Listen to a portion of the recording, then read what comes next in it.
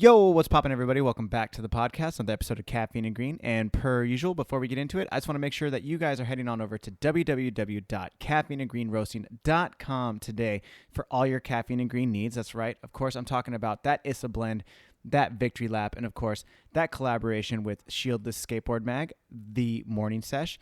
Yes, I'm super excited about this, guys.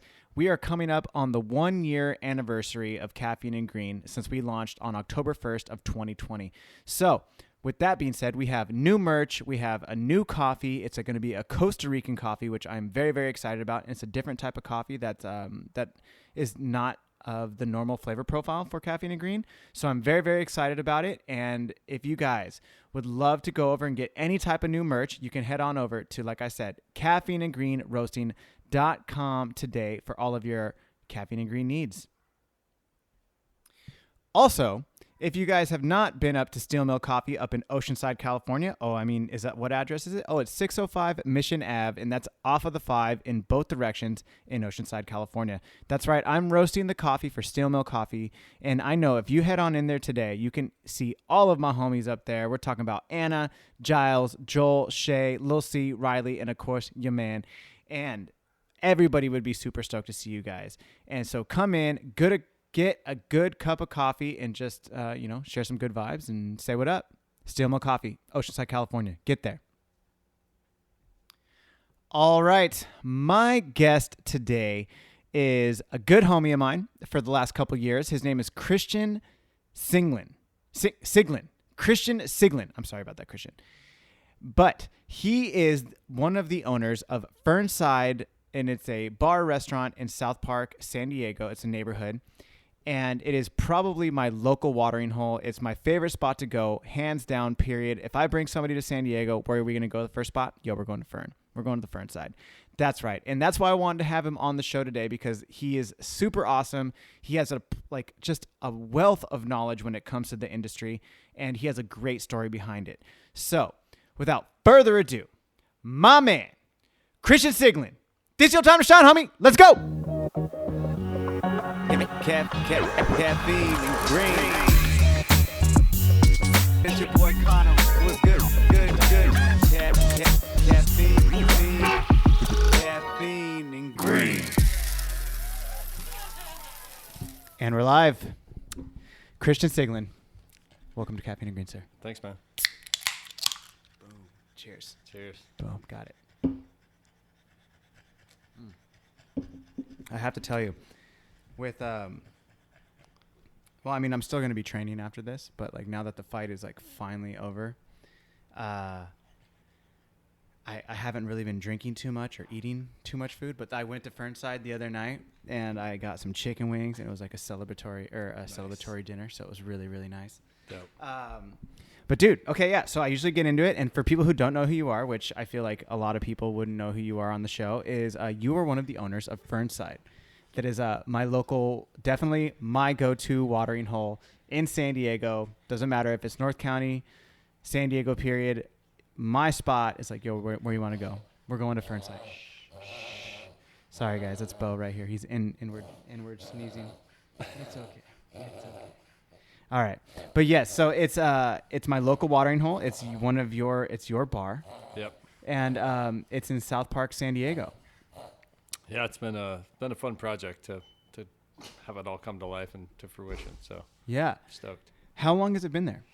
It'll be 3 years on Sunday, so the 26th of September. So are you guys doing an anniversary party? In classic Fernside style, we'll probably be postponed a little bit. Okay. So. Okay. Well, definitely want when that does happen, I definitely want to be a part of it. That's Ray right there. He's the homie. Nice. But just to give it a little bit of backstory about it, is Fernside's on the corner, basically 30th ends, and then you go around, you make a left, and it's kind of right there on this corner. It doesn't even really have a sign. It does have a sign, but it's super small. Small sign. We didn't have a sign for a long time. Yeah. So, but it's just a spot. You can't miss it. You would basically run into it almost if you came flying down 30th and didn't turn. That's exactly right. And no, never mind. I'm actually not going to go there yet. But I was going to say about people getting hit in that little crosswalk right there. Yeah, no one stops there either. So. Dude, it's heavy. It's heavy. It's bad. But basically, the Fernside, or the Fern, as I've come to call it, be like when I'm talking to homies, like, where you want to go? It's like, oh, let's go to the Fern. Like, yo, Nice. son, I love that spot. But one of the best things about it is that, like, you guys, pre-COVID, you guys were open super early in the morning. You would have like the breakfast on Sundays, or like just in general on Saturdays too. But then as COVID, kind of put a damper on everything, you guys closed for how long? We never officially closed. We Never. just kind of kept rolling right through it and just adapted to whatever we were allowed to do. Okay. So I think it was only a couple days maybe that we closed. But we just started figuring shit out, basically. And that is what leads me to my next thing. It's like, dude, that led to like the slushy game. Yo, like that was a game changer. Like I was working at Seven Seas, and I was roasting every like couple days maybe. Yep. And then you guys opened up the window, because like it's for everybody who's never been there, for all of you listeners out there, it's a huge space. It's huge. Like, and you guys have like this big open windows that used to just be for like sitting at. Yeah. Like essentially. It's kind of a fishbowl. A fishbowl? I mean, it's like there's windows on there's 3 sides of the building. There's windows on it. Okay, that makes sense. And then there's like that third side, it's just that outdoor seating area. Yeah. Okay. So there's like, it's like that. And then you have that big open window that's like kind of like that. I don't even know how you want to describe it, but it's just like that one bar window. Kind of a bay window. There you go. Front. Yeah, the bay window up front. And then you used to be able to chill there. And then you guys turned it into like, that's where you could get slushies, essentially. And then like, or it even used to be at that little door area. But then like, I remember going over there, and it might have been Leov who told me, like, oh, you got to go over there. Did you have the slushies yet? And I was like, they're like, dude, they're so strong. They'll get you turned up. And I was like, what? And I remember the exact day, like this might sound super stupid, but it was so memorable for me. I finished roasting at Seven Seas. It was like, I don't know, it had to have been maybe like 3:00 in the afternoon I'd finished. And I went over there, and I called Ray, who just walked in here, and I was like, yo, let's go skate. Let's roll up a joint, and then like let's go get some slushies from Fernside. Apparently they're supposed to be fire. So, and they were still in like the old, like the little plastic sippy cups. And I went over there. I got the Mexican firing squad, and I drank one whole one and smoked a spliff behind Seven Seas, and I was turned. I was like, yo, I was like, what the fuck? After one drink, and like Ray he's super lightweight. He doesn't drink.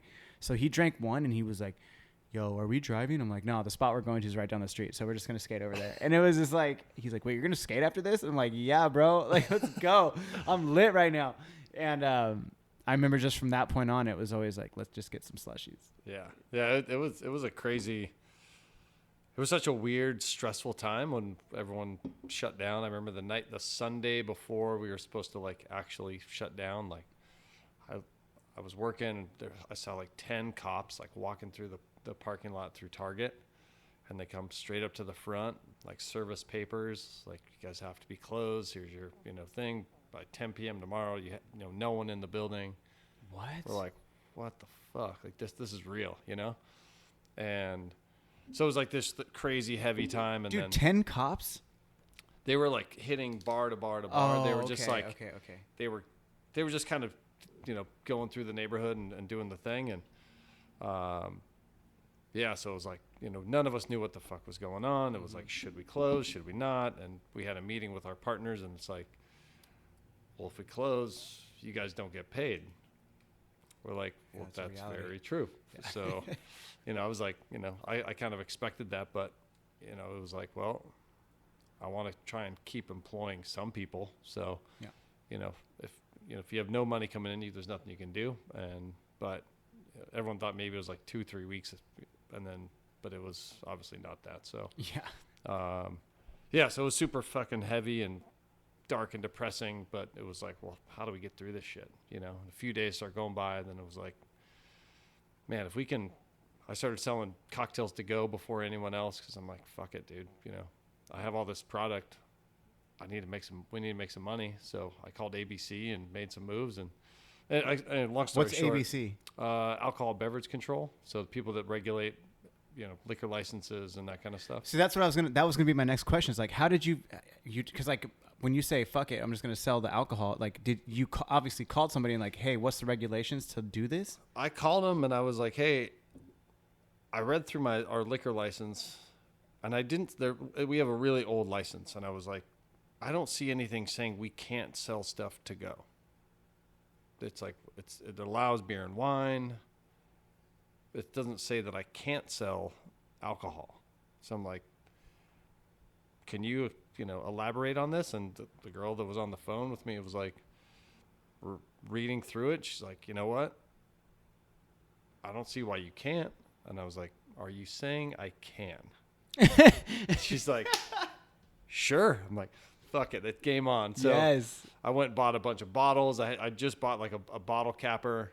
I started handwriting labels. I had some drinks on draft. I'm like filling up like gin and tonics and like highballs and Aperol spritzes and selling shit to go. I'm labeling, bottling, capping, like doing everything, like a one-man like production line. Mm-hmm. And we just started pumping things out. And then 2 days later, ABC called us back. They're like, all right, you guys got to knock that shit off. What? Like people were like I was selling growlers. I'm like, fuck it, let's do everything. Yeah. Like if we can sell stuff to go, like who cares? Just start selling booze. Let's sell alcohol. Whatever. People need it. So I mean, what's the difference? I don't mean to cut you off, but like as I'm thinking about this, it's like, what's the difference if you're putting a cap on it, you're putting a lid on it, whatever it is? It's the same thing as a liquor store. You're buying it and you're leaving. Right? Yeah, I'm sure there's a different taxes. I have no idea. There's no like Surgeon General warning on it. Yeah. Okay. I mean, I don't care. But that's fair.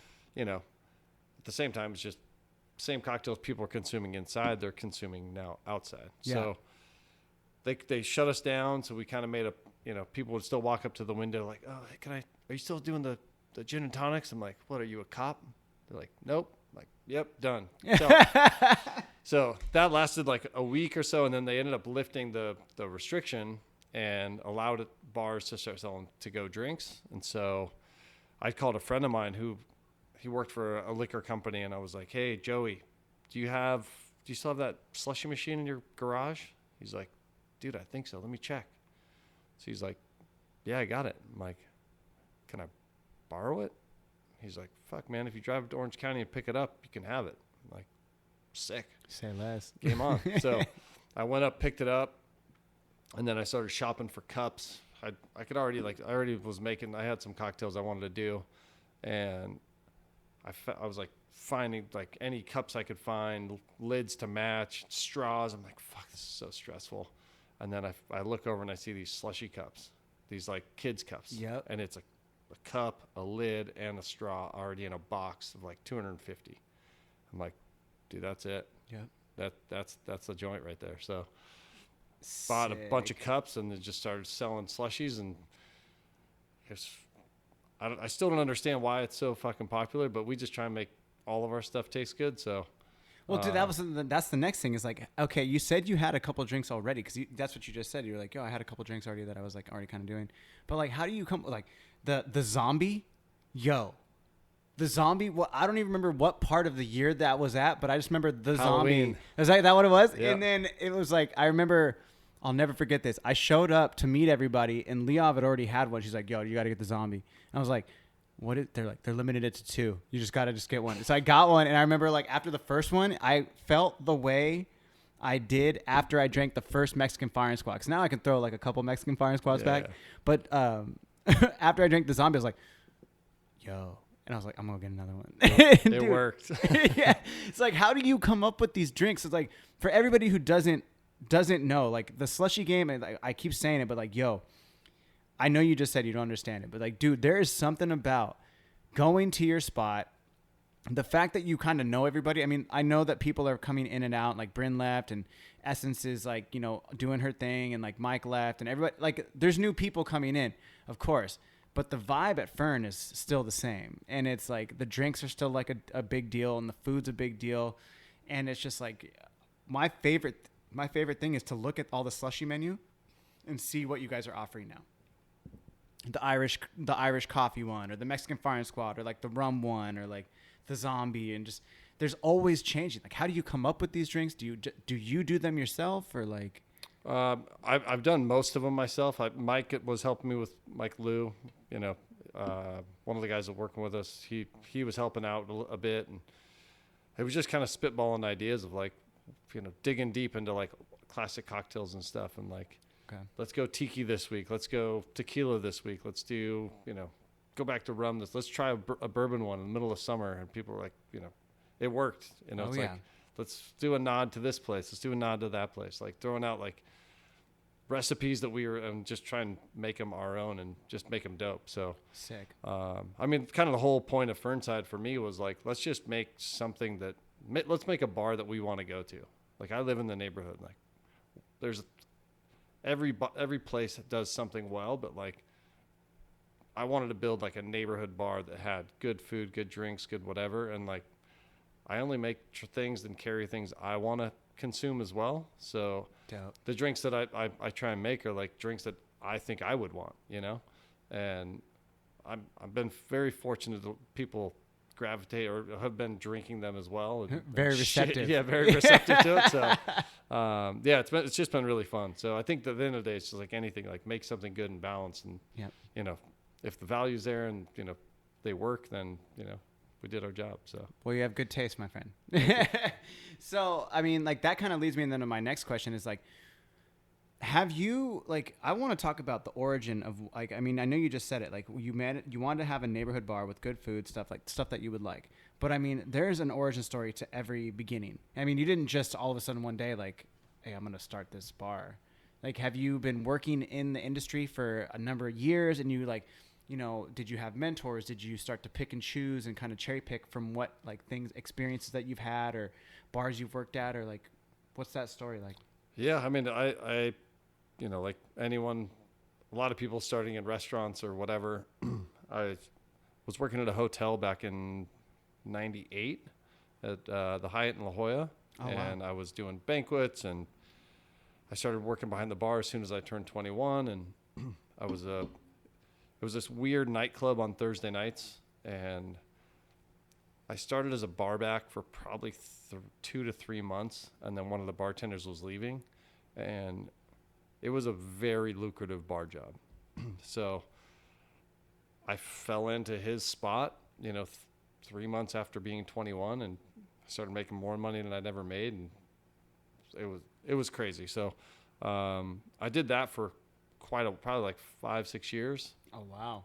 And then kind of got out of it, thought I wanted the real job, and went back to and I'd always been interested in cocktails and food and whatever ever since I was a kid. But so I started doing commercial real estate, and I'd moved to Arizona for a couple of years, and just a wow, complete change, and realized like, fuck, this sucks. Like everything's a grind, but there's certain grinds that are better than others. And this was definitely something that I didn't love. I loved what I learned and whatnot, but it just didn't suit me.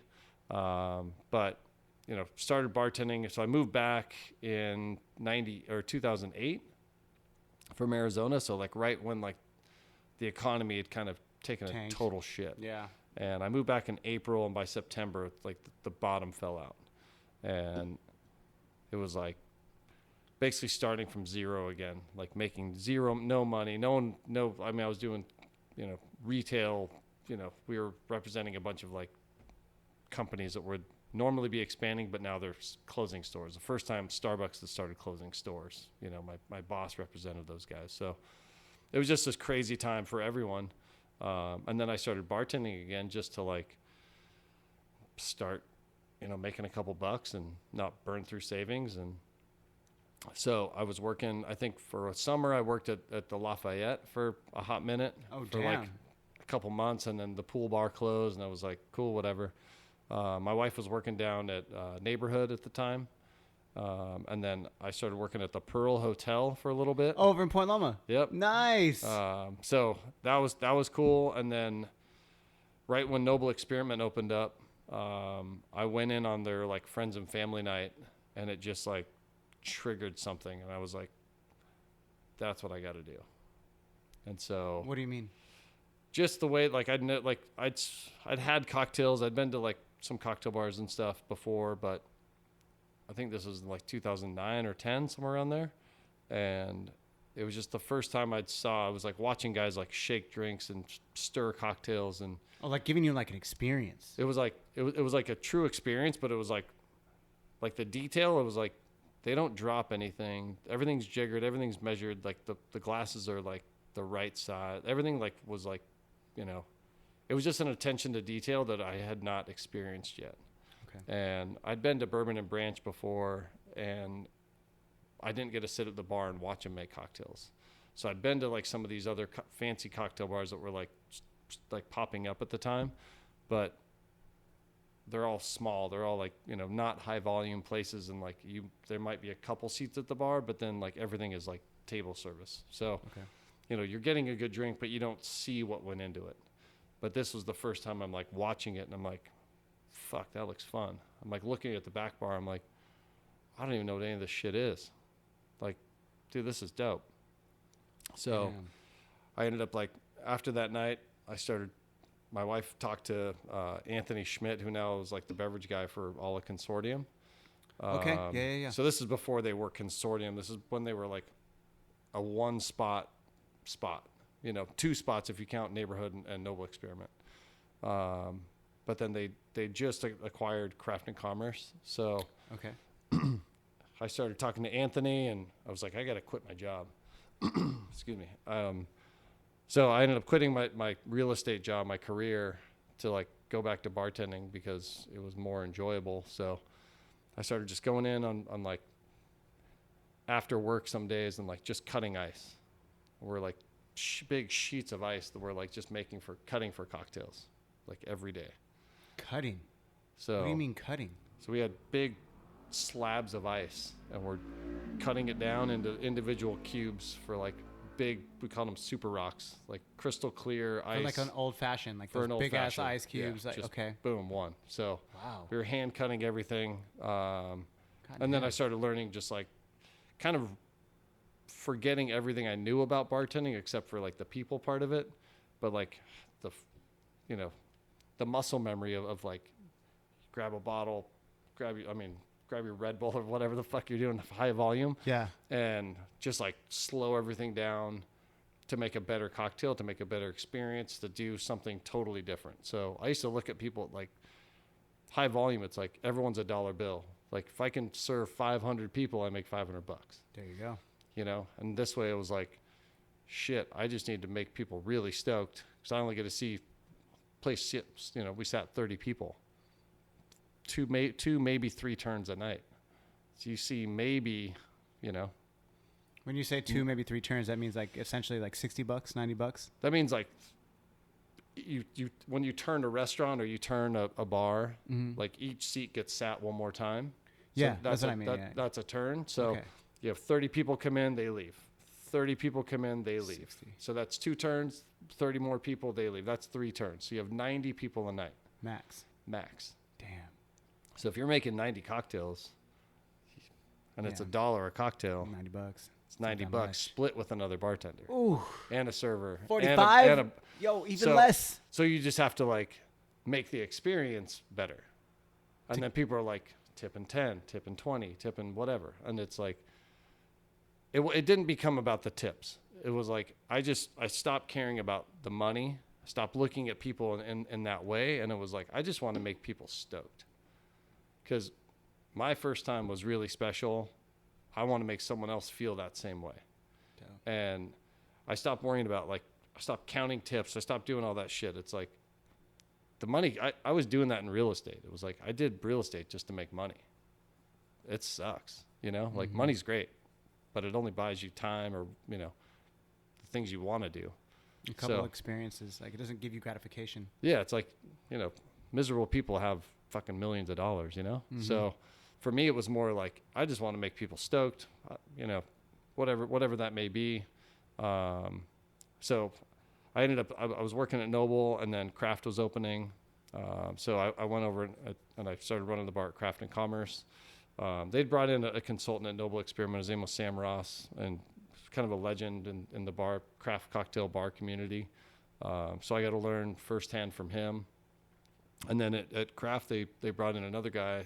Both these guys are from New York. Sam's originally an Aussie guy. And then they brought in this guy, Phil Ward at Craft and Commerce, and he kind of like taught us his way of doing drinks. And in New York at the time, like now everyone knows everything, you know, a recipe goes, you know, nothing is sacred anymore. It's like people put a recipe up and every bar in the world can make it today. You know, it's like if it's a, you know, if Death and Company posts something about a new cocktail with a recipe, like every bar has access to it now. When before it was like pre inundation of like social media, it's like these are like sacred times, you know? So what the information we were learning was like just for us. And it was, and some people that we worked with took it and did nothing with it. And some people went and, you know, did a bunch with it. So you can kind of like with anything, like, you know, it's up to you to do what you want with it. So, so I got to work with Phil Ward, who was awesome. He had some bars in New York. He was like the opening head bartender at Death & Co. in New York. Opened up his own bar. Like, guy's kind of a legend. Like, I mean, super, super talented and innovative. And, but then soon after, like I think 3 months after we opened Craft and Commerce, I was running the bar and the bar manager, and I ran the bar there for 3 years. And really? Oh, wow. And then, yeah, so, I mean, it was as busy as the nightclub that I was working at. And it was so crazy. And there was a line down the street every day, and it was fucking nuts. And then from there, I ended up helping my buddy Eric open up Sycamore Den. And then I ended up getting a job at Bankers Hill, and kind of got tasked to like redo their bar program. And so I've just had this like, I've had a pretty crazy run of, you have a plethora of experience opening restaurants. Yeah. And then when I was at Bankers Hill, I got a job with some guys out of San Francisco. They had a kind of a cocktail, kind of an ambassadorship. They were called the Bon Vivants. And the what? Bon Vivants. Bon Vivants. Yeah, it's like a fancy French term. Basically, like we just went around and ate and drank, and you know, but we were representing some really cool brands at the time. So I was working with Tequila Ocho. I started working with like Ancho Reyes. Tequila and, like, Ocho. Okay.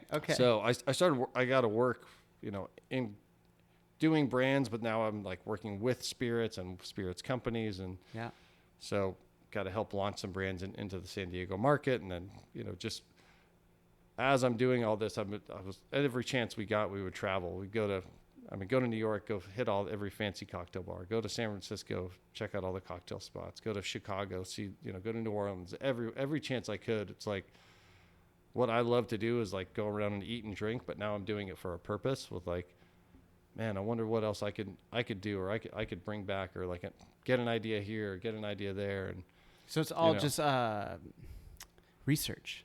Yeah. I mean, essentially it's like you're eating and drinking, but you're, you know, absorbing everything in a way that like how you can bring it back and create that experience back in San Diego. It's like, I love what they did at this bar, but if they only did this there, you know, it's like, I mean, Fernside's not the perfect place, but it's like, it's a culmination of a lot of ideas of like myself, some other people, but there's a lot of things that we do there that it was like, it didn't just happen overnight. You know, it's like, it's not going to win design awards per se, because we're not spending $2 million, $3 million on a build out. But, you know, at the end of the day, like it looks, we all wanted it to be like a little DIY kind of feel, like kind of like, you know, skate parks, how they're, you know, some of the best spots have been built. It's like, there's great parks out there that have been, you know, teams go out and build them, but some of the most core parks, like, I mean, Washington Park down here. Yeah. Washington Street. Like, yeah.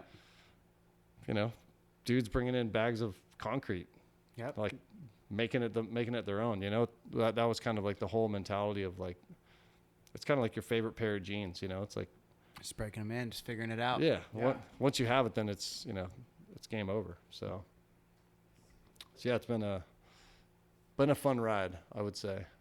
So dude, yeah. I don't know, when I see Fernside, it was funny, is like my first experience, I remember working at Seven Seas and just looking at across the street, but I was like, what is that place? You know, like, and I'm not the type of person that's going to like venture in, to a new spot. I mean, per se, which is kind of false because when I lived in San Francisco, or when I worked in San Francisco, I should say, I would just go find shit out on my own. I would like smoke a spliff or I'd eat an edible and just like go wander around the city because I didn't want to, like, I had nothing else going on there.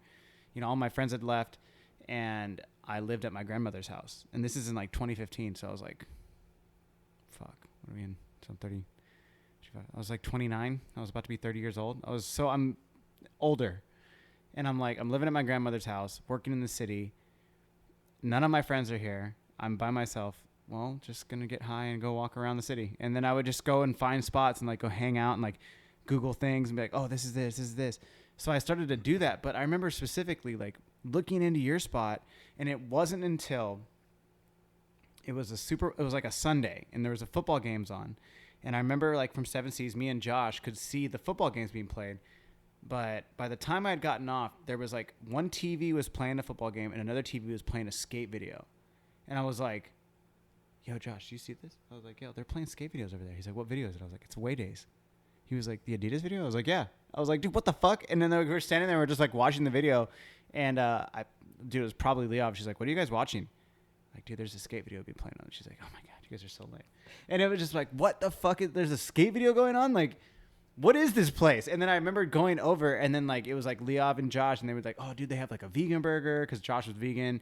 And then they would like say like, oh, there's like these cool girls who work over there, like Bryn and Jessa. And then I was like, all right, I'm going to go over there. So I went over there. And then before I knew it, I remember like, this is way before COVID even hit. I remember specifically like the bar was open and I went over one night and it was probably like 11 o'clock at night. And Jessa was working. She was bartending. And she was like, dude, did you just stop roasting? I was like, yeah, I just finished roasting right now. And she's like, do you want a beer? And I was like, yeah, let me get a beer. She's like, do you want to watch anything? I was like, yeah, can you put on Away Days? Sick. I sat there for an hour. I got off at like 11. I think the bar closed at like 1 or whatever, but it was like a random like weekday night, so there was nobody there. I sat there for an hour in like however long the Adidas video is, and I watched it from start to finish at your spot, drinking a beer. And it was just like, dude, there's something about that place. I mean, let it be DIY. You don't need all the fancy, like, you know, Juniper and Ivy type-esque, like vibe, whatever. But it's just like, for me, when I go in there, it's everything that I need from a space. Like, You have the good drinks, you have good beer, you have great people. The people is probably the best part about Fernside, in my opinion.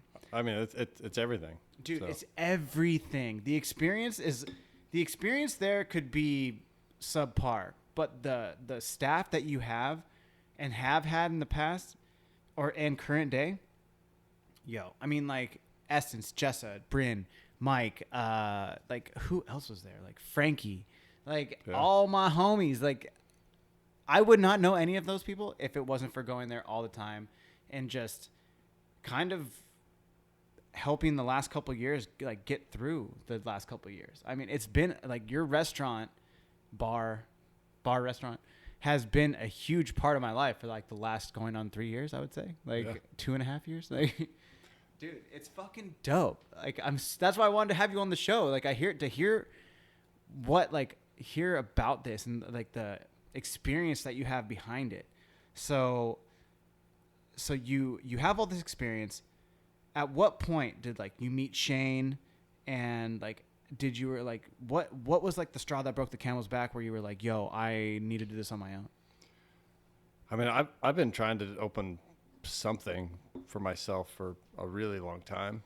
I think it was after that when I was at Craft and Commerce, it was like talked to my buddy Eric Johnson. I was like, dude, we are fucking killing ourselves for someone else. And they're making a ton of money. Like, why don't we just, we run these bars. Like, why don't we just go do these ourselves? And obviously we're not super wealthy. So, you know, we have to, I mean, even now, like you have to have investors or whatever. But you know, on a balance sheet, like we're not the guys that can just go like take a spot down, you know, but we're the guys that can go in there and take the spot and like make it what they are. I mean, he's done it a handful of times now, and you know, he's been super successful. But it's just something that we've kind of been working towards, like individually, separately, whatever. And I think Shane was on that same train as well. Shane was actually, when I was at Craft and Commerce, he was at Underbelly, so he knew some of the owners of Consortium, I guess we call them now, where they were from Spokane up in Washington. He was from Washington as well. So him and his lady at the time, like now they're married. I don't think they were married when they moved down here, but they were both from Washington. Knew some of these guys, and I didn't know Shane very well at all then, barely at all. I mean, he would pop in and just say hi. Like an acquaintance, like, yo, what's poppin', G? Yeah, I was like, hey, I know you were down at Underbelly. Like, what's up? Like, he knows Eric. He knows, my buddy Nate and some of these other guys, and they had their Washington thing in common. And I didn't know Shane all that well, and I just thought he was cool, but that was about it. Yeah. Industry cat.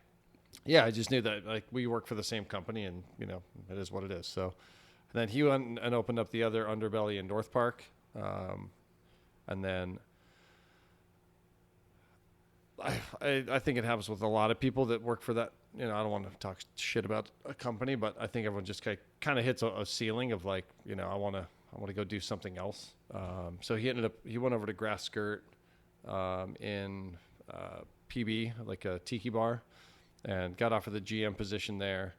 And I had just finished. I was working in Little Italy at a place called Bracero that I helped open up with Javier Placencia, like dope Mexican chef, and we got all kinds of crazy awards and James Beard nods and like all kind a lot of wild shit that I was like not expecting, but it was. I mean, I'll take it. It was great. Dope. But I was just there. There was some internal struggles within the company, and always it was owned by family, and the family was not getting along. So I was like, I got to get the fuck out of here. Yeah.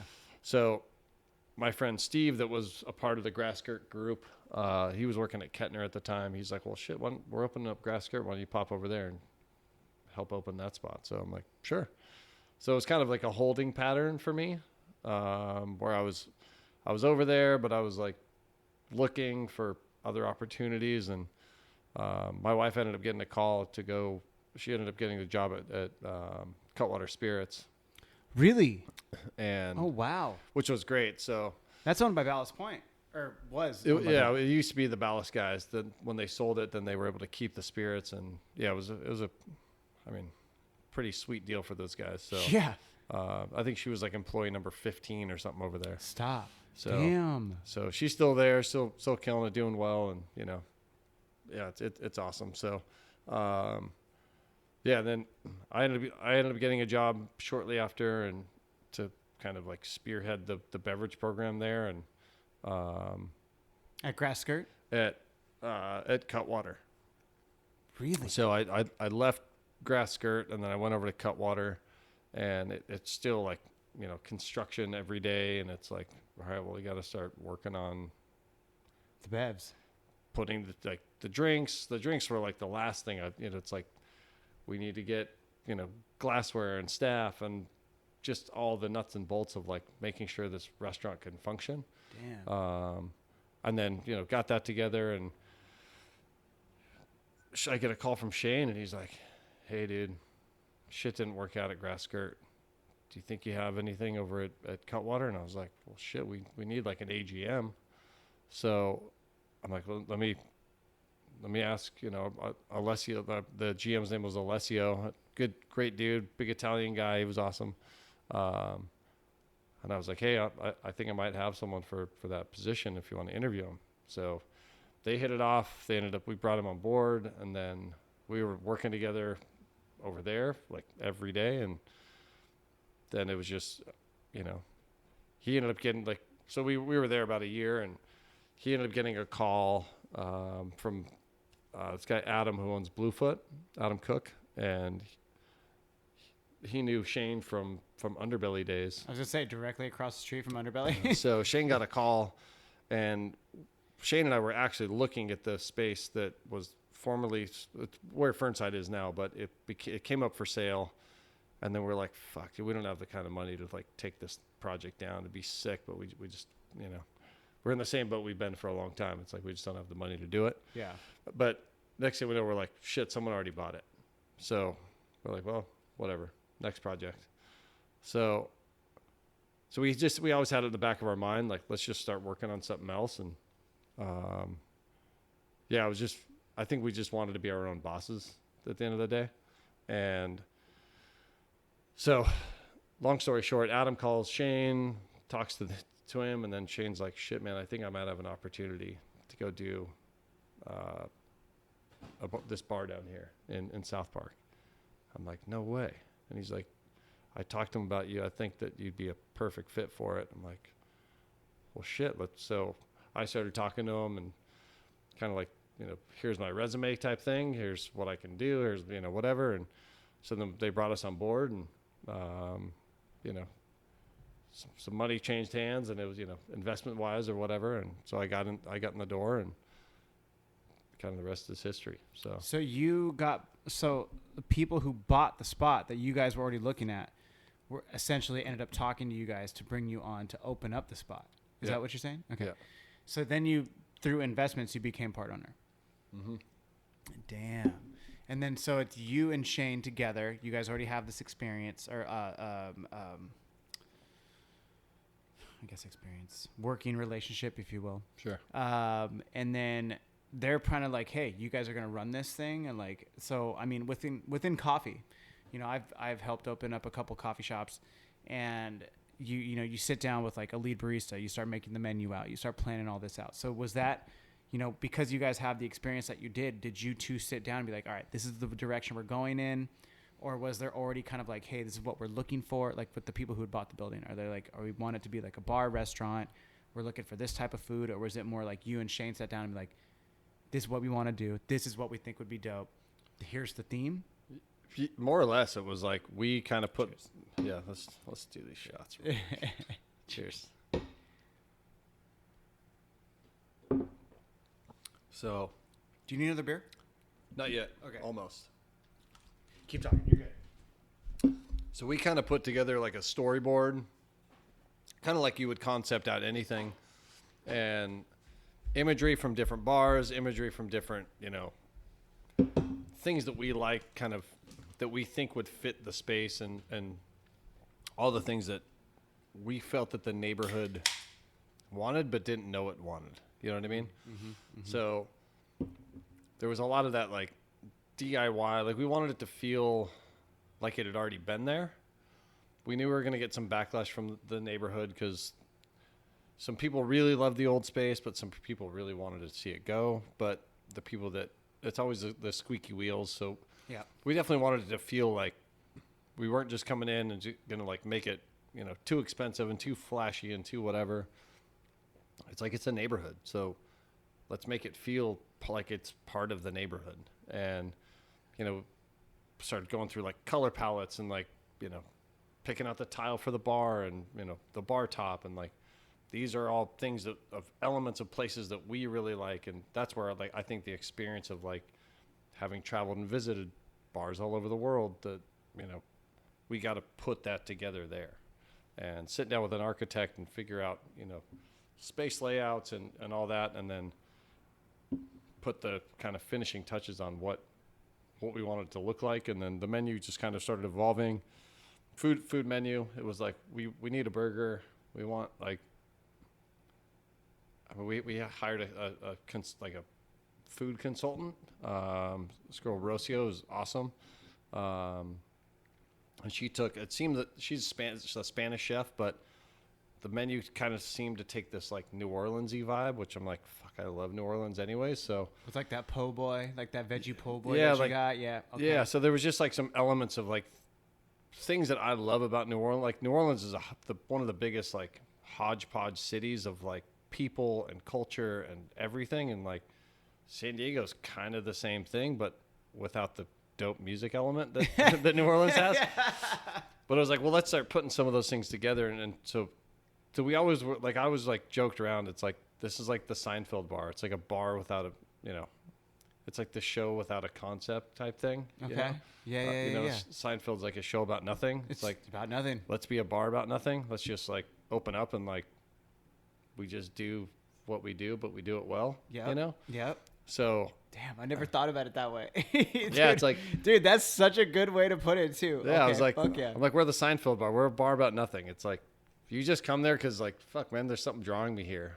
Like Seinfeld, it's like they're talking about, nothing. Soup Nazis and shit. Soup Nazis and like the soup guys down the street. It's like, the fuck, is this a show? But it's hilarious. It's always funny, Dude, that just makes so much sense though, because like when people ask me, I was like, yo, where's your go-to spot? I don't know if I sent you the article, but I just had an interview recently, and it was like one of the last questions in the interview was like, where would you take somebody for dinner? And I was like, or where would you take like go-to spots, drinks and dinner in San Diego? And I was like, okay, here we're gonna start off with coffee. Here's the coffee spots I'd go to. We're talking dinner, and then I was like, born and raised, Fernside, and like one other place. And the reason why is like, I've told people numerous times, yo, you got to go to Fernside in South Park. They're like, well, what's good there? I'm like, oh, yo, get the vegan burger. They're like, oh, I'm not a vegan. I'm like, it doesn't matter. I'm not a vegan. But the vegan burger is fucking fire. And they're like, well, what else is there? Like, yo, get the fried chicken burger. There's like all these good veggie options. If you want a salad, get that fucking, there's this, the salad I always get, I just add grilled chicken, but it's like a farro salad or the far. Oh, yeah. Dude, that salad is fucking fire. And you put like maybe some chicken on it. Yo, my point is, everything there is fire. It doesn't matter if it's like a vegan burger, a vegetarian option, the vegan po' boy or the vegetarian po' boy.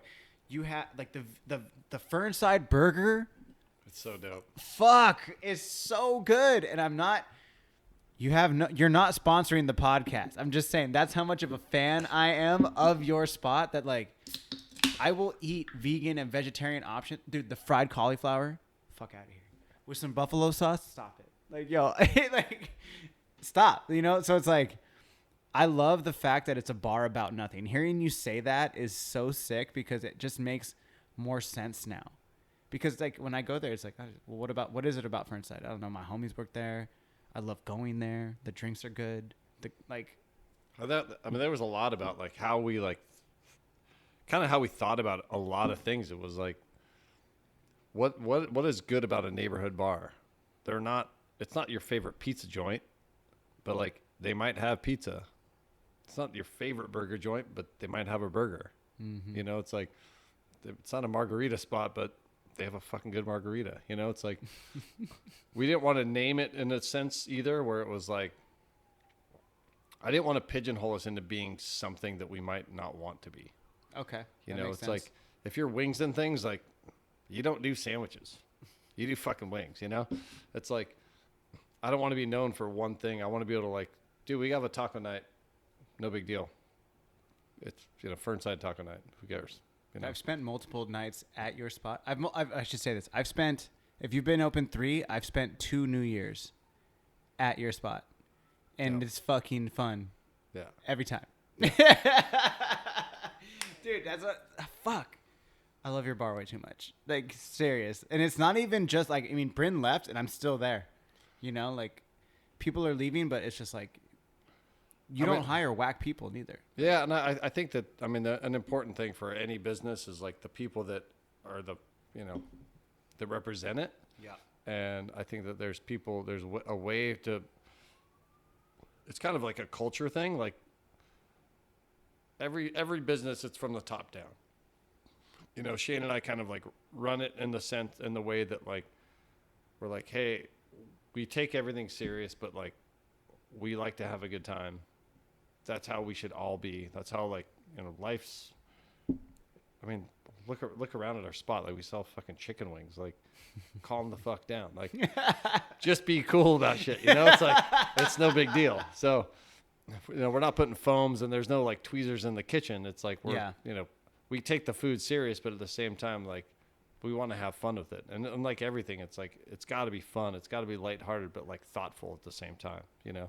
That's why Seinfeld's so funny. It's like a stupid joke about that soup Nazi. It's like, but he thought the shit out of it, Yeah.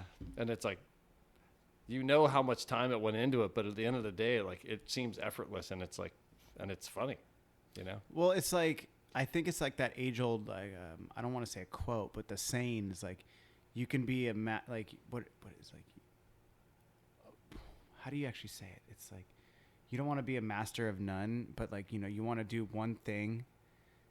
Like, what is it? 10,000 times you can be a master at one thing, and then like you could do 10,000 different things and be a master of none. Yeah. I think that's what the saying is, like somewhere along those lines. But it's like, when I think of you guys, I know regardless, like the only thing I think that's ever changed up in the entire time I've been going there was I remember the curly or the crisp cut fries. There was like the regular crisp cut fries, and then there was like the super seasoned crisp cut fries. And I remember it was, and these, I guess it's like a first world problem, like if you want to call it a problem. It wasn't even a problem, but it was just like, it was a topic that everybody else was like, yo, did you try the new crisp cut fries? Like, yo, they were so seasoned. Like, it was crazy. And then it was like, yo, the crisp cut fries that are extra seasoned are gone. And then it was like done. And then it was like, oh, they're coming back. And then it's like, it was so ridiculous. That was like supply chain shit. It was like, I mean, this has been a funny year. Like, just trying to like balance everything. It was like, we had like our regular fries. And then when we would run out, like, we were, knock on wood, man, like, we were fortunately busy throughout kind of like the whole pandemic, but we would run out of French fries, and then we'd have to like scramble, and there's like restaurant depots down the street. Yeah. The only fries they sold had the seasoning on them. Oh, is that what they were? And we're like, fuck, these are so dope. So we're like, well, shit, these are so much better. Like, the regular fries are fine, but like these are so much better. And then we kept going back to the old fries. And then finally we're like, we started talking to some of our vendors, and we're like, what can we do just to get those fries? Because they're just better. They're just good. They're just fucking better. They're You know, it's like, all right, like if it doesn't make it better, don't change it. Yep. But if it's gonna be better, then like I don't think anyone missed it. Everyone was like, I love your fries, and then now they like love them more because they're just better fries. So, you know, it's not about like staying stagnant. You know, it's like, okay, we can only serve this because it's just what we start. It's like, dude, fuck it, like evolve. Like, you have to adapt and change, and fucking like, if people are loving it, then fuck it. Like, if something's better, it's just better. It's just better. It's always. Yeah, it's fun.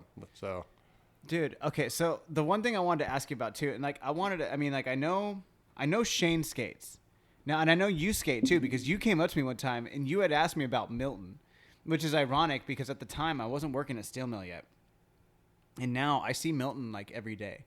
Like, literally every day. And I see all those dudes and, like, the creature dudes. And, like, I have a bunch of homies who are creature guys. But, like, I remember one day specifically, like, you came over. Or I had come over to the thing, and you were at the window. And you were like, dude, did you see, like, Milton and, like, a couple, like, Rhino and a couple of guys were down the street at this spot. I was like, dude, yeah, I saw that. I saw them because I was driving by.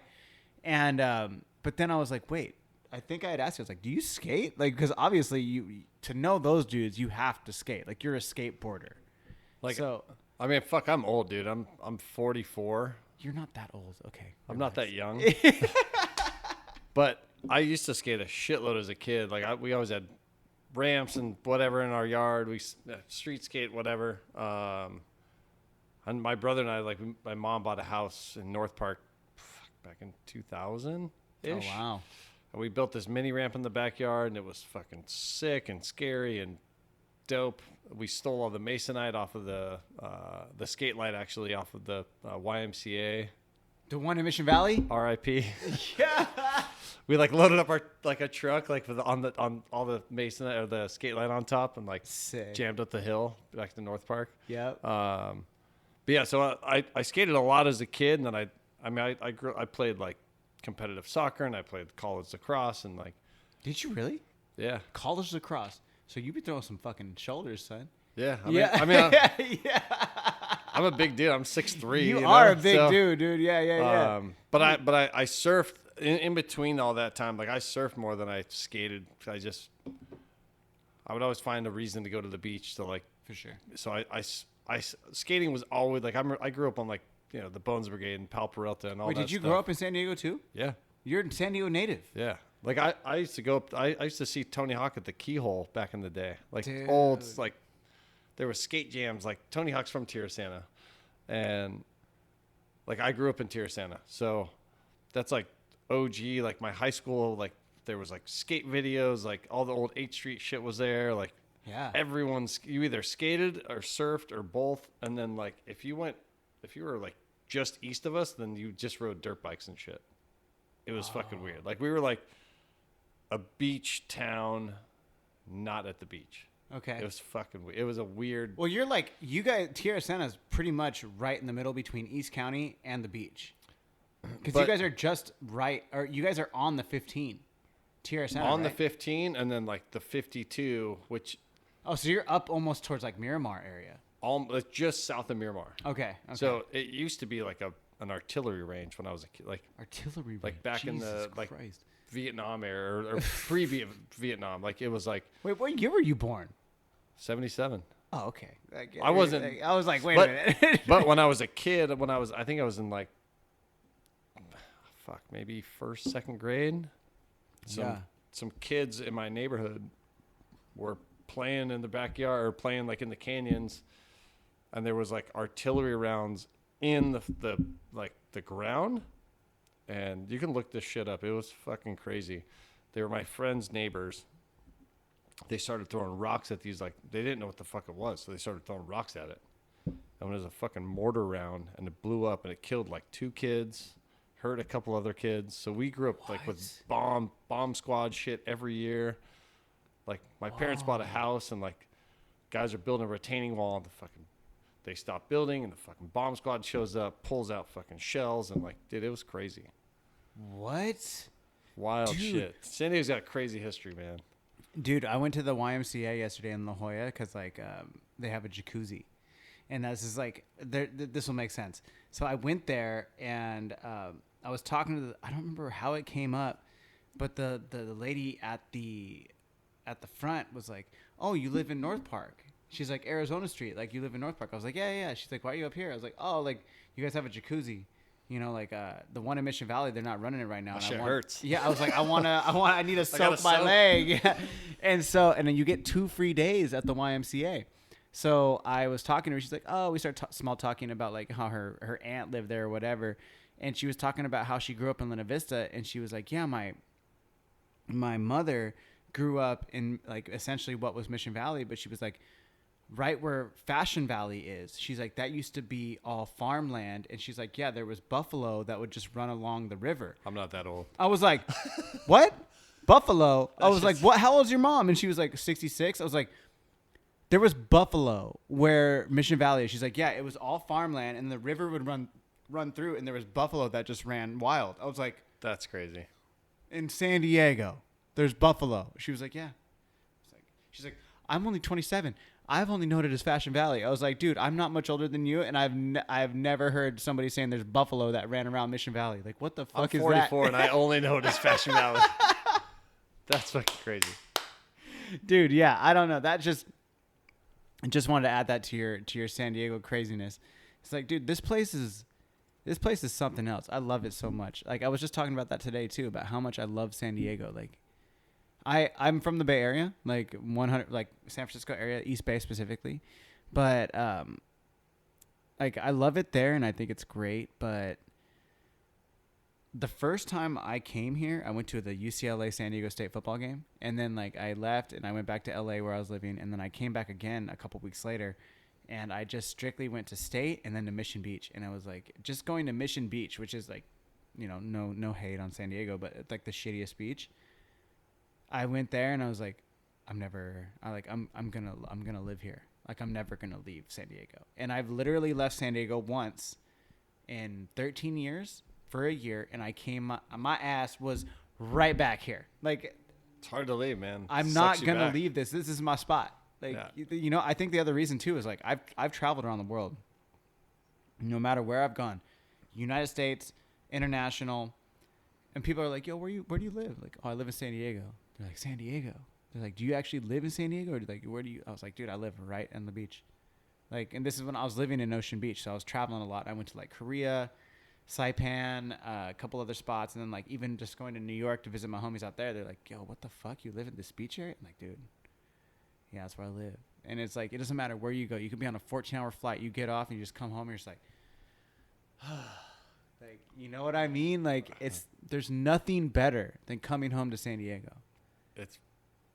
I've traveled so much, and like my favorite cities, I'm like, there's some of my favorite cities. There's always something about San Diego that they remind me of, where I'm like, I could live here, and it's only a couple cities.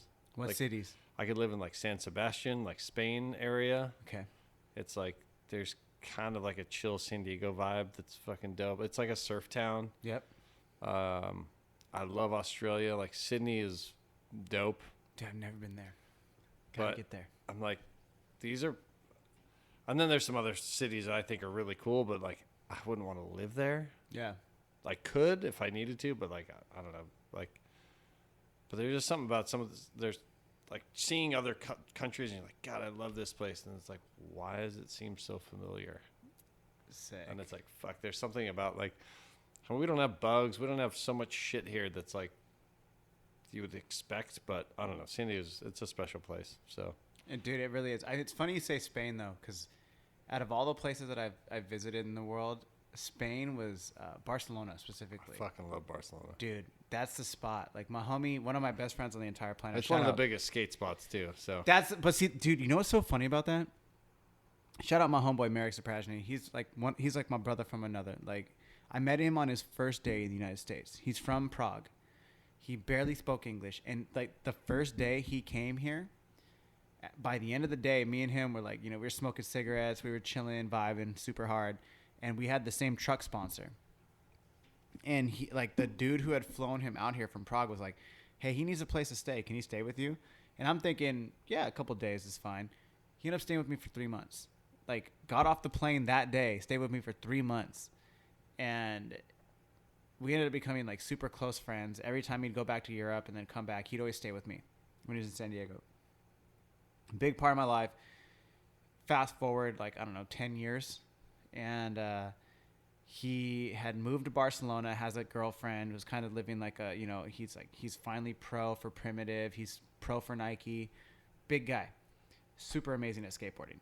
And I was like, bro, I'm coming to Barcelona. He's like, like you come with me, like you stay with me. He has a super Eastern European accent. And I was like, all right, dope. And I went, and dude, it was like his girlfriend is super fucking dope. Like we went to a festival out there called Primavera Sound. They showed us around Europe. He ended up being hurt the whole time I was out there. So I actually only skated MACBA only once and only one day. I didn't even skate. Dude, I went to the Pablo Picasso Museum. Oh my God. I love art.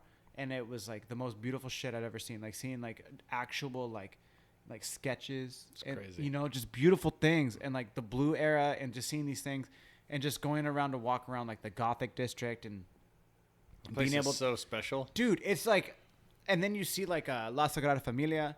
And then like you see, like I took a tour of the church that is like finally being finished now. And it's taken what, like 3 centuries to finish. It's like, it's so sick. Dude, and then the vibe is like, the thing about Europe is crazy that you can like just drink walking around the streets, beers, wine, whatever the fuck. And it was like, dude, the thing about it was I always wanted to go there for skateboarding. And when I went there, I barely skated. And it was just about seeing the culture and the architecture and spending time with friends. Because even though Merrick was barely skating and he's one of the biggest pro skateboarders in the world now, I love him as a human. So it was like we would go to music concerts and we would go and out and eat together and just cruise around the city, like, hanging out with couples and shit. And it was just like, I thought about the whole thing with skateboarding, but it was like, I love the city because of the fact that like they have an amazing coffee scene too. Amazing coffee scene. And so it was like, there's so much more to the city than just skateboarding. And it was beautiful. And it was like, I didn't have to speak any English the whole time I was there because everybody was speaking Spanish. So it was like, it's different from Mexico, because in Mexico, you feel like everybody's kind of being shysty, trying to fuck with you. And there, they're like, oh, you trying to speak Spanish? Okay, well, we'll let you speak. Go ahead. But like Spanish is like their second language too, because they're all Catalan. Oh, dude, yeah, Catalonian. But like, and then it's like sick. everything else that they're speaking too is like people speak like Italian, French, everything. Dude, Merrick speaks Prague or whatever, like Czech. Yeah, Czech is what it's like. And then he speaks English, Spanish, and German. He speaks 4 languages. I was like, what the fuck, bro? And it's like super hard. Yeah. Super hard. And it's like you come to America and it's like we speak English. It's like and maybe Spanish. You know, most people limp through English too. Dude, fucking A, like Jesus. I don't know, man. Like I think that if that's gonna be a place where I would like, that would probably be the only other place that I would actually move. It was gonna be overseas. I was blown away. I went to coffee one morning. I went out there. My buddy got married out there, and I went to coffee. We had this like a dope little, like a really cool Airbnb, and I'm like, all right, I'm gonna go get a coffee just by myself. I go down, and this lady's drinking a fucking espresso and a beer and reading the newspaper, and I was like, fuck, that's so dope. And then the next day I was like, fuck, I'm going back. Same lady, same beer, probably new beer, new coffee, fucking new paper. And that's I'm her like, damn thing. that's her jam, dude. And I was like, God, that's so sick that like no one talks shit about drinking because it's just like it's part of life. Like I don't know, there's just like little things like coffee, beer, like up or downer. Like you're just like, fuck, this is like how I get my day started. Yeah. And it's like, fuck, that's so sick. Like I love the siesta. Dude, the siesta's a real deal there. Like we used to go like, we're like, all right, can we get some of this? And they're like, no, you can get coffee. We're like, okay. Sounds good. Yeah. We'll have some coffee. And then like go find like a fucking meat sausage stick and fucking eat something. Like, oh my God, I'm dying. But yeah, if I could get on that schedule, I could live on that schedule. It's dope. I think there's something special about that. Dude, so. there was this so we were going to a music festival. It's called like Primavera Sound, right? And music festivals here start 10 o'clock noon. They usually end around 10, maybe midnight, depending on where you're at. In Spain, I remember when we went, our friend, so Merrick, his girlfriend is from the north of Spain. Her name's Laura. And Laura was like, the festivals here don't start till 10 p.m. and they go till 6 a.m. And I was like, what? She's like, yeah. So basically, she's like, the way she speaks English, it's funny because she only speaks English when she's with us. And she was like, so basically, we will eat dinner and then we smoke a joint, we smoke a twist, and then we'll go take a siesta. And then we'll wake up around like 10, maybe 11, and then we'll go to the concert around 1 a.m. And I was like, 1 a.m. we're gonna go. She's like, yeah. And I was just like, this is fucking ridiculous. Like, to me in my head, I'm like, this is asinine. Like, what are you talking about? And then so sure enough, I do what she says. Like, and she cooked us this amazing dinner. She this Spanish dinner, and we like smoke a twist, have like a beer or two maybe, and then pass out, take a nap. Like basically what normal people would go to sleep, like maybe 8 or 9 o'clock, like, go to sleep, wake up around, maybe like 10 or 11. And then everything there, like even like the vodka, they were like, I was like, hey, Laura, like, what kind of alcohol do you like to drink? She's like, oh, like go get some vodka. So me and Merrick walked down to the corner store and they sell everything in like smaller, like liters. Yeah. So like a vodka, and it was like for €2. And she's like, yeah, just go get some orange juice and some vodka and we'll be okay. And like, so we just start drinking it. And then we turn up a little bit and we go to the concert. We're there by like, I don't know, 12:31. And then her and her friends are there. And like, we start doing some drugs and like having some fun. And dude, we go to like 6 a.m. And then sure enough, like when people are getting ready to go to work in the morning, we're just like on the trolley, like getting ready to go home. And be like, okay, so tomorrow night we do the same thing. And now And it was like, wow, this is fucking dope. And it was like the middle of the night, there's no heat, and it's just like you're seeing like some of these bands I'd never heard of because they were like European bands, but then there was like Nas was there, Future was there. Like for me, Nas was the fucking one. It was like dope, dude. And it was crazy is that like you go to, I've seen Nas here in the States and you're like shoulder to shoulder. Europe, people knew who the fuck Nas was, but there's something about European festivals where like, dude, everybody was like spread out. Nobody's like shoulder to shoulder. You're just like smoking a joint. You're just chilling there watching him. Like, damn, this is dope. Like, fuck, man, I love this. Like, it's awesome. I don't know. It like maybe it was just that vibe, or maybe it was just that time of, this is obviously pre-COVID, but it left such an astronomical impact on me that it made me realize like, there's a different way to live, and there's a different way to like hold yourself in life. Like, I lived in Europe. I lived in Aix-en-Provence in the south of France, and when I was there, I remember now that it was like a different way of life. I lived there with my mother, and we had an apartment, and it was beautiful. And like I walked a mile to school, and I walked a mile back. I know that sounds super like old school, like I walked a mile fucking there, but it was like I did that. Like I walked a mile to school, I walked a mile back, and then like, you know, there was like these little mini side streets that we would like go to the laundromat, and like me and my mom would chill. And there's like a patisserie where you would go get like these baked goods, and like, you know, go get your sandwich over here and do this and do that. And you have like the little cafe, but it's just like, dude, Europe's on a different tip than we are. Like, it's just like, So I'm ready to be an expat. dude, for real though, like It's so sick. it's something else. And it's like, it's not even like the experience that they're creating. I think it's more of like a culture thing. It's, oh man, it's like so deep. It's like, I was talking to a French guy the other day, and he's like, the food got really good in France just because we wanted to hang out. Just because I wanted to hang out. He's like, we wanted to have like a fucking 4-hour, 5-hour like lunch with our family. So the food has to be fucking good. He's like, that's why the food got so good in France, because we just wanted to find excuses to hang out, and the food became the excuse. So we would cook together. We'd do all these. And I was like, fuck, that's dope. Yeah. Like, people come over for like, I don't know, watch a fucking football game and like get pizza, and then they're out of there. You know, it's like there, it's like, let's hang out for all day. We don't give a shit. Like, we just want to hang out and like keep cooking and like do all. And he's like, he was telling me that his mom like would have 20 people over for breakfast.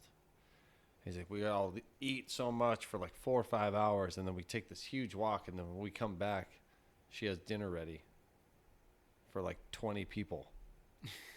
And he's like, then we're supposed to eat again. And it's like, and I'm like looking at this dude, I'm like, you're so fucking skinny, man. Like, all you eat is butter and like fucking, I don't know. There's just something special about it. Like, they just think about family and food and different things differently than like we do, you know? There's 100%. And it's all like ingrained in the culture and how they're brought up. Like, America doesn't have a lot of those traditions. Well, I mean, if you think about it, I mean, I was a history major when I was Me too. in college. Were you really? Yeah. Fuck yeah. Where did you go to college? I ended up at State. State? Perfect. I ended up at Penn State. I was there. And then I dropped out to skateboard for profession. And then I finished at Ashford, online doing that. But when I had originally been a history major, that's like what I was doing, is like learning about the world, like Europe, and specifically like thousands of years old, Rome, thousands of years old, like millennia. And then you fucking talk about the United States. Sure, there's Native Americans here for who knows how many millennia before us, before like the settlers came over and this, that, and this. But us as a country that was like, you know, when it was settled. The history we know. The history we know, I should say. Was it less than 300? Like, it's about to be 300 years old. It's like, bro, we still have so much time. The thing, I've said this before, I think maybe on the podcast, but it's like, you know, when you go to Europe, they look European. They look, I don't know if that, like, I don't mean that to sound like rude or anything, but they look European. You go to Africa, they look like Africans. You go to Australia, they look like Australians, like, for the most part. They talk a certain way, they do this. Americans, like, when people talk about North Americans, because South Americans will say, hey, we're American too, like, you know, but they're South Americans. They have a look. They have a steez to them. North Americans, like, we don't have any of that yet. We don't see that, but I have people, like, what's weird is, like, living here, people ask me, like, where are you from? Living here. And I'm like, San Diego. They're like, oh, I thought I heard an accent. I'm like, all right, whatever. What the fuck are you talking But then about? when I'm in Europe, people are like, Oh, you're American. you're American. Yeah. Like, we at least wear shit that's very American. So, Well, dude, I was just talking about this the other day. So I was in France, and the reason I was not in France for the full year is because I got expelled from a school. and I got called a stupid American, and that pissed me the fuck off. And the dude started, like, it was my teacher. My teacher started hating on me, and like, you know, I don't know about, like, we're not too much older. Like, you're like a decade older than me, but like, no big deal. No, it's not a big deal. like fucking going to high school. I remember, like, you know, wearing sweats and a hoodie and like some skate shoes and not doing your hair. It's like, it's fine. It's whatever. You're just going to school. Whatever. I went to did the same thing. I walked to school one day. I was wearing like some gray sweats, some SXLs, the old school ones with the puffy, not the new ones. Yep. And then like I was wearing this Abercrombie and Fitch hoodie, but it was like super baggy. And I was wearing my headphones around my fucking neck, and it was like from a non-skip like Sony disc player, and didn't do my hair. And I got an F on this test, and the teacher was like, I raised my hand. I'm like, yo, I got this F. And he was like, you didn't quote me on my paper. I'm like, oh, what the fuck, whatever. You didn't write the book. I'm like, whatever. And he, like, I don't know. We're going back and forth. I don't remember at what point, but then he starts dissing my clothes. And he's like, you look at your appearance. He's like, your hair's undone. He's like, you're wearing these sweat clothes and they're too baggy. He's like, this is unacceptable here. Like, why are you wearing this? I'm like, what the fuck do my clothes and my hair have to do with my grade? I was like, I'm not a dumb person. Like, I know what the fuck. Like, and then he's like, oh, you're just a stupid American. I was like, what? Come again? Like, what the fuck are you talking about? And then he's like, I was like, dude, I dare you to say it again. And he said it again, and I just like flipped over a desk, and I kicked the chair out, caused a scene.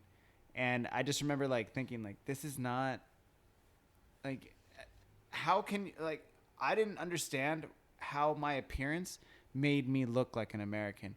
But after that experience, I understood that what we find as normal is not what is acceptable, and I guess in different cultures. Yeah. And it was very ignorant on my part to believe that what I thought was normal or acceptable is acceptable in a different culture other than an American culture. It took me years to believe that, or to understand that, I should say. Because at the time I was just like a hot-headed, like 17-year-old, like, fuck yeah, like, what are you talking about? Like, you know, type of thing. But it was like, now that I think about it, it's like, oh man, I could have handled that in a totally different way. You know what I mean? But it's like, I love Europe. It's one negative experience, but every time I've gone back now, it's like, oh man, you just have to be older to understand. You know, you have to be at that level. I mean, and you have gone and traveled and gotten to drink and eat in other places. Like, what has been the best experience for you? Whether it's aesthetically, whether it's setting, whether it's region of the world. Like, what was like the top place that you'd ever gone that you had that experience? Food experience. I mean, from like a dining standpoint, I guess it was 5 years ago. We went out to Europe for the Euro Cup. Wow. And we're like, all right, we got tickets to a game in Bordeaux and in France. The whole Euro Cup was in France. And so we're like, all right, we started kind of mapping out like our tour of what we're going to do. And we're like, we went out with a few other couples, and we ended up, I ended up, luckily, we all like put our name in the hat to get a reservation at Noma.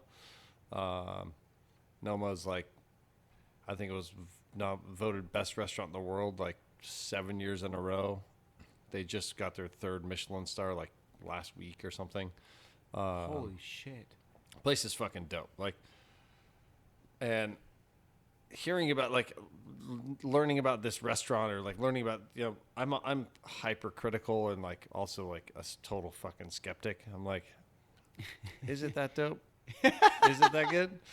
And I'm like, I'm sure these guys are going to make something, like the food's going to taste good. But then we go there and like, so there was like, we had a group of 7, so, which is like an odd number, obviously. But all 7 people put their name in like to an email reservation.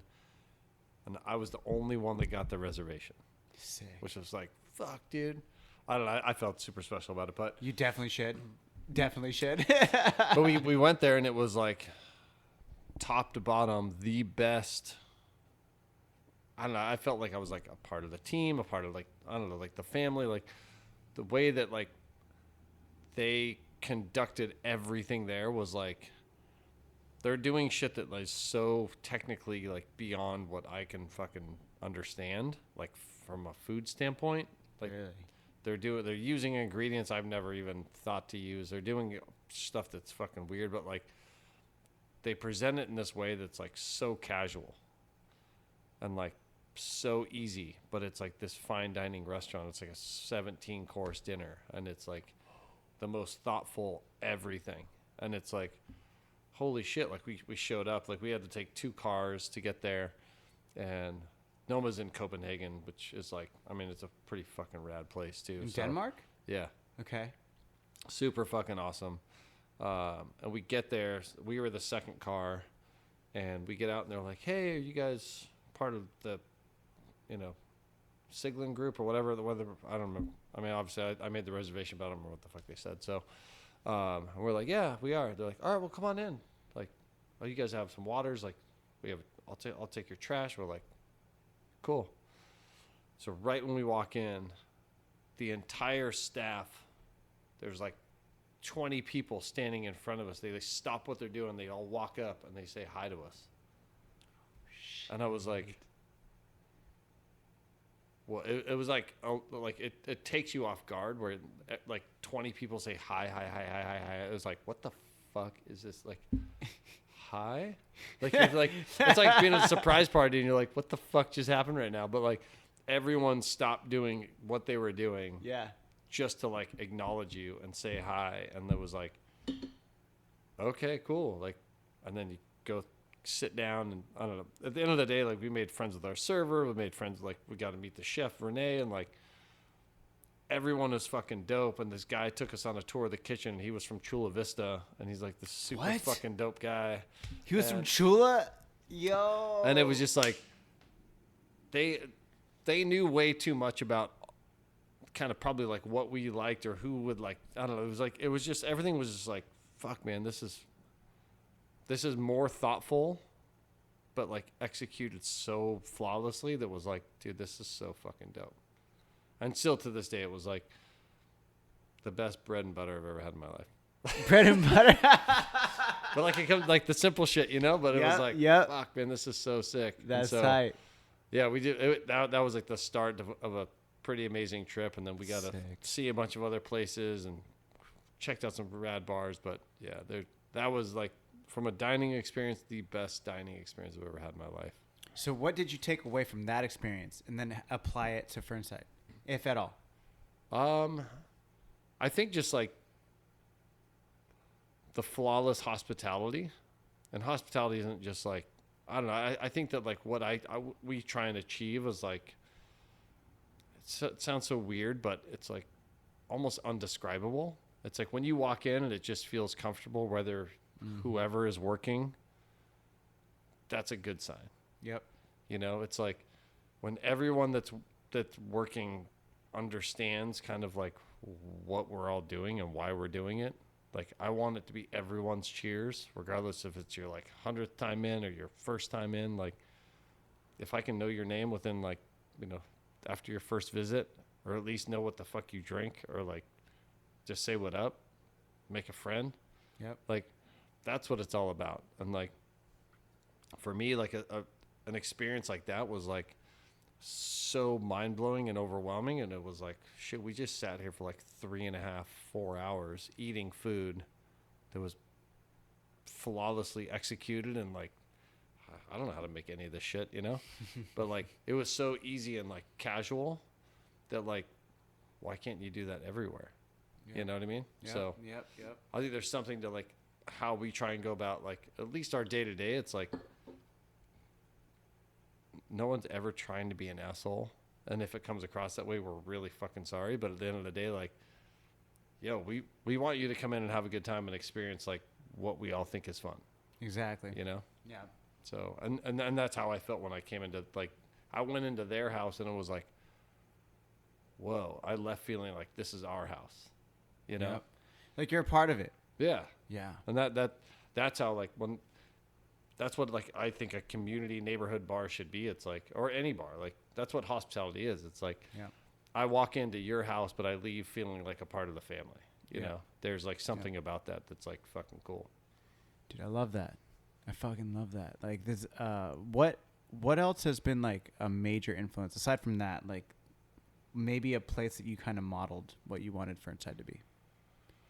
Doesn't have to be in Europe or whatever, just in general, like the number one influence for you. There's a lot of bars I think that do like fucking really cool stuff, but there's a bar, my buddy's bar up in San Francisco. It's called ABV. Mm-hmm. It's just one of those bars like I feel like I could just sit there all day. And like I get bored super easy, so like for me to sit anywhere for any given amount of time, I'm like, all right, I either got to go home and go to sleep or like just we got to go somewhere else, you know? But there's something like I love going to his bar and just like I'm like, fuck, I feel like I could just chill out here all like part of it's company, part of it's, you know, obviously my experience is different than other people's, but like I go there and I'm like, this place is just so like kind of similar. I think there's a lot of similarities to like what they do at ABV that are like really cool. It's kind of like subtle. Like I know that shit that they do behind the scenes is really fucking hard. Mm-hmm. The stuff we do behind the scenes, it takes a lot of work. But when you go there, it's just like, I feel comfortable. I'm having a good time. It's like a cozy spot. I just want to post up and like just kind of like watch the day go by. You know what I mean? Dope. So I think that's a bar that I've always been like, fuck, man, this place is sick. And it's not. It's like maybe 5 years old, but it's like a sick spot. Do you get bored because you're hard to impress, or do you get bored just because that's how you, like who you are as a person? I think because like I mean like you have the experience, like you've seen a lot, you've opened up a lot of bars, so I can understand you getting bored because you're like, oh well, like I could do this, you know, like I've done this, or it's like I do this better. You know what I mean? It's not that side of it. I think it's just like, I don't know, at some point it's like, all right, I just want my day to keep going. Okay. I want to see something else. I'm like, I saw this. It's cool. Let's go. Yeah. Like, let's fucking walk down the street. But there's something about like, when you find somewhere, you're like, I don't care if I waste the next fucking 3 hours here. Yeah. I just feel like comfortable and like the time I'm going to be here is just like, it's whatever time it is. Or whatever time it's going to be, I just want to chill. But when you like sit down and you're like, all right, this is cool. You start looking at your watch, you're like checking your phone and you're like, you know, at some point you're like, fuck, I should probably just get out of here. It's so funny you say that because that's exactly how I feel about Fernside. In the sense where as soon as I get there, I'm like, I don't give a fuck how long I stay here. And it's been that way, whether it's like Halloween, whether it's fucking, you know, New Year's Eve, whether it's like my cousin Orlando, I should say. I call him Orlandito. But Orlandito came and he was only here for, God, he was here for 3.5, maybe 4 months. And he was working as like a superintendent for a solar company. So he was doing like some solar panel installations down in Chula Vista. Now he's from Salida, up in like Northern California. So now, but like his job is making him travel all over. So like basically he'll, you know, he was only here for 4 months. Now he's up in Monterey for like, I don't know, another 6 to 8 months. And then he goes to another job site and does the same thing. His first night in San Diego, he was like, hey, I need to figure out some shit for this, that, or this. For living situation, yada yada. Do you want to like meet up and we can like have a couple drinks and like we can figure this out? Like you can help me figure this out. I'm like, yeah, I got you. We're gonna Fernside. Oh, is that like is that a chill spot? It's my spot. We'll go there. Dude, we were there for 3.5 hours just trying to find him whatever, like some apartments and this, that, and this, and like having food, having drinks, catching up on family issues.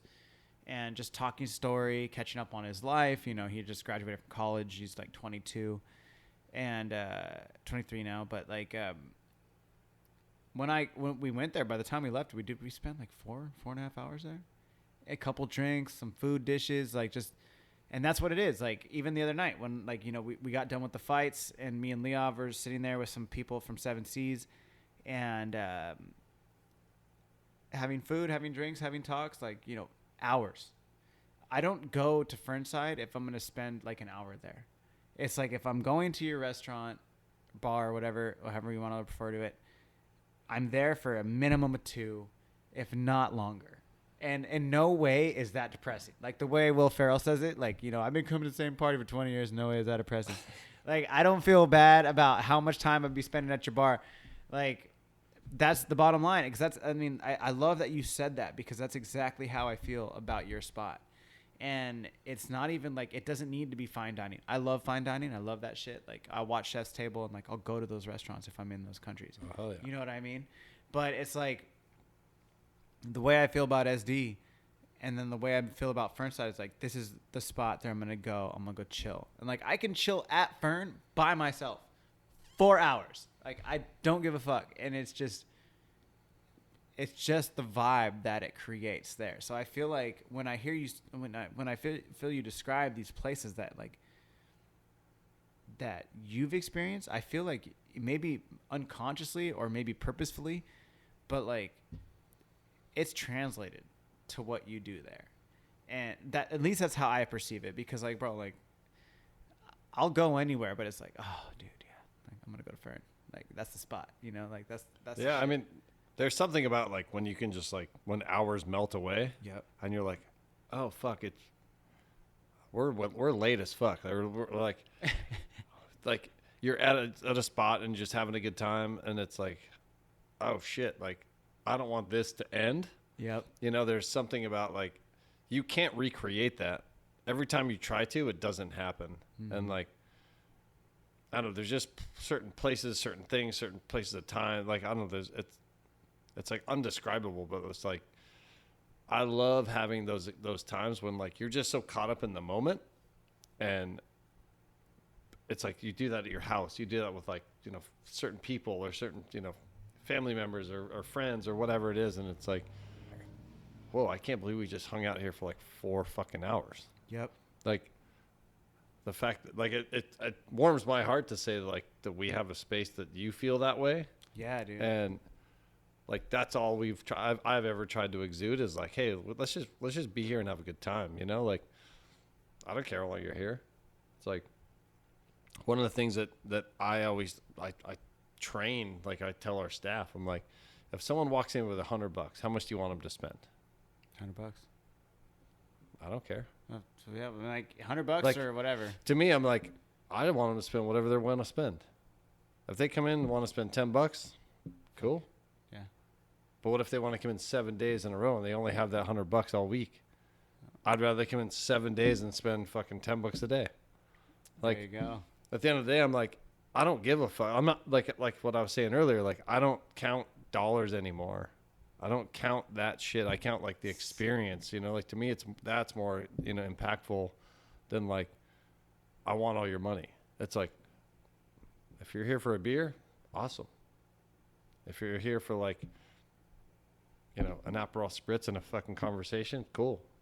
You want a burger? I don't give a shit. Like, you're just getting something to go, whatever. I like, at the end of the day, like, I'm just like, it's like, hey, if you're here and you're hanging out for as little or as long as time as you want, like, I'm about it. Just fucking come here, have fun, do your thing. Like, I'm not here to bug you. We're not trying to flip tables and get people out of there. It's like, you do your thing. Just fucking chill. Like, I don't know. To me, that there's something special about that where it's like, if I have $1,000 in my pocket, which doesn't happen often ever, but it's like, I don't want to spend that at one fucking place, you know? Yeah. And it's like $100 seems very casual, but 1,000's like, whoa, I'm not spending $1,000. It'd be impossible to spend $1,000 at Fernside, but I bet you I feel like I know a couple people who could do that. It'd be tough. Everything's fucking cheap, man. It's like, I don't know, like, dude, everyone ends up drinking fucking High Lifes anyways. It's like, that's $4, dude. That's like, that's a lot. It's gonna take a lot to get to 1,000. I hella didn't think about that actually. Yeah, the High Life. Like, yeah. That's like, everyone's like getting cocktails, doing this, doing that, getting a beer, and then they're like, wait, you got High Life? All right, I'll take a fucking High Life. Like, cool, $4. Dope. Dude, okay, so, well then, like, I mean, is there anything? I mean, I know it's been 3 years, and like I know you're in the midst of everything. Like, do you think are you already kind of thinking like on to the next? Are you thinking about another? You know, do you have any new ideas or another restaurant, or do you have anything else like that? I think about shit every day. Yeah. I mean, if things would have worked, I mean, the pandemic obviously like threw a wrench in everything, but I mean, I randomly won a liquor license in a lottery and was like ready to like pull the trigger like March 2020. Oh damn. And then 2 weeks later, it was like the world shut down. Fuck. Yeah. Let's put that on hold. You know, so I'm always looking for something. I want to do my own. I want to do other projects because, like I said, I do get bored. Where I'm like, I love what we do at Fernside, but I would love to like. I think that I heard this somewhere, and it was like I think it was like a Navy SEAL guy was explaining it, but he's like, you should always train your replacement. Like, I want someone to do my job. Yeah. Because then I can go do I can do something else, or I can, like Fernside should, the culture and ethos there should, I think it's pretty intact. Like you said it already, like so-and-so is left, you know, this person's left, that person's left, but like it feels the same. Mm-hmm. Like that's fucking special, you know? That's like, I don't want to leave, but at the same time, like I want to keep growing as like, I have more ideas to do other stuff. So I want to do other shit, you know? Yeah. So, I don't know. That's where I'm at. Okay. Fuck yeah, dude. Well, fuck, man. We've done an hour and a half, and we generally do an hour and a half to 2 hours. So, dude. Yep. I think that'll be a good spot to leave it at.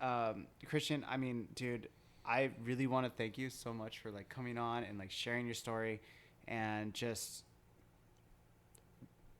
giving a better insight to, like, Fernside as itself and you as a human being, like, I think this is fucking dope. I mean, like, I know, like, you don't get a lot of time to sit down with somebody and, like, really get to understand who they are, why they do what they do, and just understand the establishment as a whole. And now, like, I mean, like, I've already given you a lot of praise for Fernside already. But now this just makes me love it even more. So, dude, I just want to say thank you so much for coming on the show. Thanks for having me. I'm stoked. Dude, and, yeah, man, fuck, like, I mean, I always tell the guests too, like, if this will not be the last time you're going to be on the show, because once you're on the show, like, I always want people to come back on, like, whether or not, if you're going to have a new project, if you're having new stuff happening with Fernside, whatever it is, I want you to come on the show and talk about it. Yeah, I'd be happy to. Fuck yeah, G. All right, sir. Well, tell the people where they can find you, whether it's at the restaurant, on Instagram, social media, whatever. You'll probably find me at the restaurant's best Instagram. Yeah. I'm not trying not to be on there so much, but yeah, it is Das Kid, or at Das Kid, I guess. DASKID. Old inside joke, but yeah. So. And then Fernside. And then a Fernside. FTW. So. That right? Is that what it is? Yeah. Fernside FTW. Yeah. All right. Fuck yeah. Well, in that case, sir, then I'll be seeing you at the restaurant. Cool. Sounds good. Peace. Later. Yes, thank you so much, Christian. That was an amazing conversation. And let me tell you, I think I said it on the podcast there. Like, I already loved Fernside so much, but now that I've heard the story about how it started and the passion behind it, I love it even more. So, Christian, thank you again for coming on the show, my brother.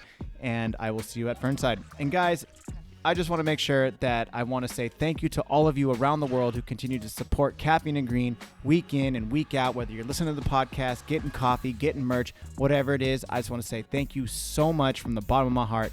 I appreciate all y'all. And guys, like normal, I want to make sure that you guys are taking care of each other out there. You know, watch out for each other, wear your mask, do whatever you need to do. And I will see y'all next week. Peace.